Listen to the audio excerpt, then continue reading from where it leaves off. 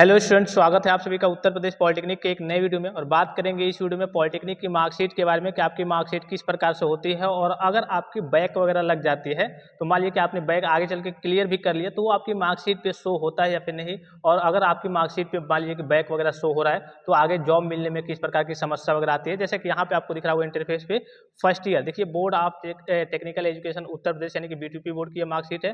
First year की ये marksheet है, ठीक है। यहाँ पे आपके कॉलेज के सिग्नेचर वगैरह सारी चीजें रहती हैं। फिर यहाँ पे आपको दिख रहा होगा, ये आपको दिख रहा होगा सेकेंड ईयर, ठीक है, सेकेंड ईयर की मार्कशीट है। और यहाँ पे आपको दिख रहा होगा board of technical education Uttar Pradesh, जो बोर्ड के द्वारा फाइनल मार्कशीट बन के जाती है। ये आपकी ओरिजिनल और फाइनल मार्कशीट है।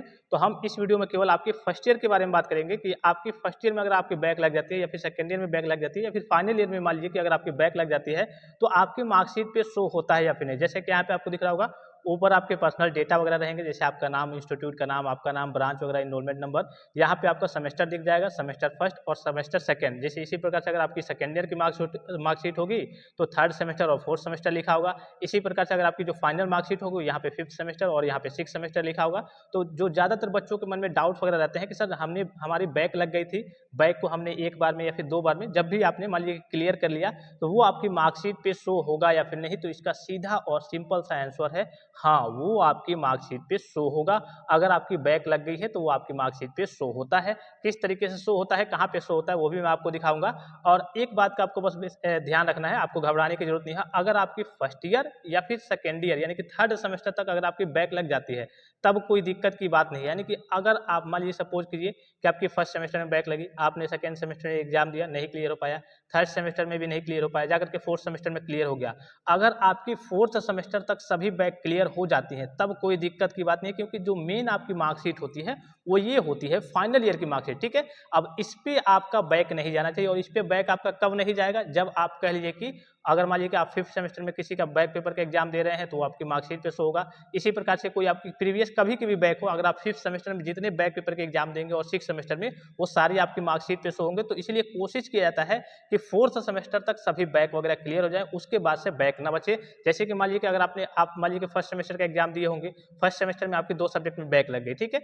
उसके बाद से आपने क्या किया, सेकंड सेमेस्टर में उसका एग्जाम दिया, उसको क्लियर कर लिया, तो वो आपकी मार्कशीट पे शो होगा या फिर नहीं, तो वो भी शो होता है। जैसे फर्स्ट ईयर की जब आपको मार्कशीट मिलेगी, यहाँ पे दिख रहा होगा फर्स्ट ईयर, तो ये आपके मान लीजिए कि आपने फर्स्ट सेमेस्टर में मान लीजिए सपोज कीजिए, मैं एग्जाम्पल लेकर बता रहा हूँ, इंजीनियरिंग ड्राइंग फर्स्ट में आपकी मान लीजिए कि बैक लग गई, सपोज कीजिए कि आपकी एडी फर्स्ट में बैक लग गई, ठीक है। तो यहाँ पे तो चलिए कि फर्स्ट सेमेस्टर के डेटा हो गए, ठीक है।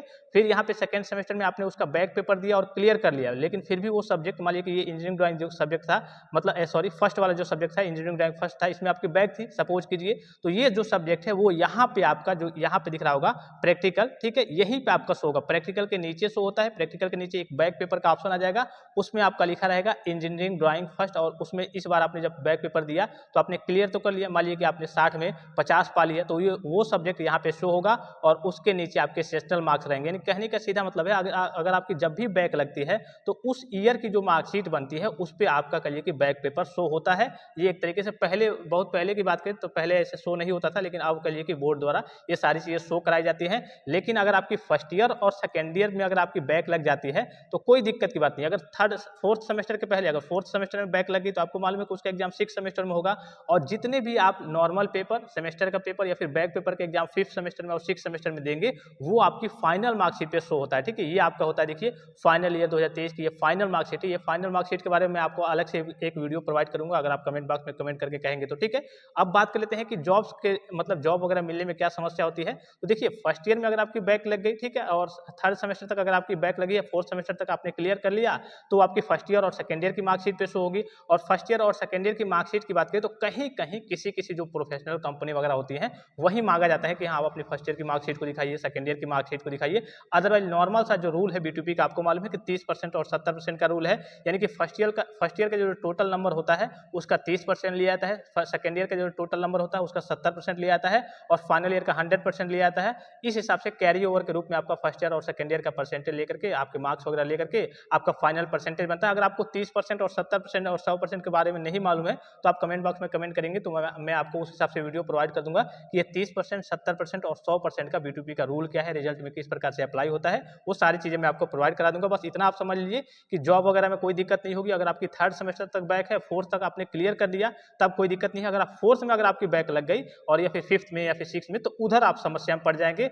कोशिश करेंगे कि थर्ड सेमेस्टर तक बैक लग भी गई है या फिर जो भी जितनी पुरानी बैक है फोर्थ सेमेस्टर तक जाते जाते क्लियर हो जाए। फोर्थ सेमेस्टर के बाद से कोई आपकी बैक नहीं बचनी चाहिए। रही बात जॉब की, तो जॉब में कोई समस्या नहीं होगी। फर्स्ट ईयर और सेकेंड ईयर में अगर आपकी बैक थर्ड सेमेस्टर तक लगती है और आप फोर्थ सेमेस्टर तक क्लियर कर लेते हैं तो इसका बस 30% फर्स्ट ईयर का, सेकेंड ईयर का जो पूरा मार्क्स रहेगा उसका 70% लिया जाता है और फाइनल ईयर में ले जाकर के अप्लाई करके कैरी ओवर के रूप में उसमें ऐड किया जाता है। तो 30%, 70% और 100% का रूल अगर आप कमेंट बॉक्स में कमेंट करके कहेंगे तो मैं आपको कल कि प्रोवाइड करा दूंगा कि क्या होता है। तो आई होप कि वीडियो आपको इन्फॉर्मेटिव लगा होगा। और भी किसी प्रकार का संदेह हो, कोई डाउट्स हो, किसी प्रकार की समस्या हो तो आप कमेंट बॉक्स में कमेंट करके पूछ सकते हैं। फिलहाल इस वीडियो में इतना, इजाजत दीजिए। धन्यवाद, थैंक्स फॉर वॉचिंग। मिलते हैं नेक्स्ट वीडियो में।